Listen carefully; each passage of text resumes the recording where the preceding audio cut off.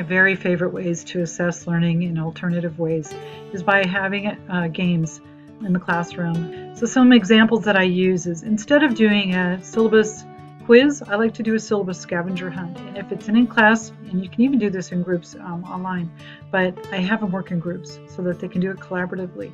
There's actually like a multi-prong purpose for this. One is to make sure that they understand what's in the syllabus without me having to go over it piece by piece by piece, which is extremely dull and mind-numbing for students on the first day of classes. So, but it also too can affirm that they have covered this material, but then they also get to know other students in the class through the collaboration, and it's just a much more joyous, well, as much as can be, event.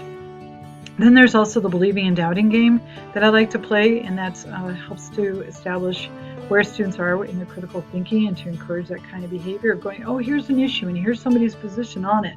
All right, this side, you guys figure out what are all the reasons why you should believe in this statement. What are some underlying assumptions that you have? What are some value systems that are going to be shared between you and the writer? And what are some of the logical moves that are making sense to you? And then the doubting game. Where do you have some concerns? Where do you see a dissonance with the logic? Where do you see that maybe there's not alignment with values and with shared expectations, and that the warrant is not crystal clear between the claim and the evidence? So those are games that I love to play with different issues that I can help students develop that critical thinking component that is so important as they go forward, especially in today's information culture. And I stress that. I bring in a lot of the social media examples, not political as much as possible, but as far as this is what's being presented in this context. And you guys, you don't have to go find sources, you have to filter stuff more than anything else. So you need to use, this believing, doubting, critical thinking kind of approach. And then one of my very favorite and successful games is a faulty logic bingo. Faulty logic is hard for students to grasp in a lot of ways. They inherently know that there's something wrong with that, but to be able to know exactly why that's faulty can be problematic. So that's why we spend some time when we're talking about argumentation about how to use effective logic.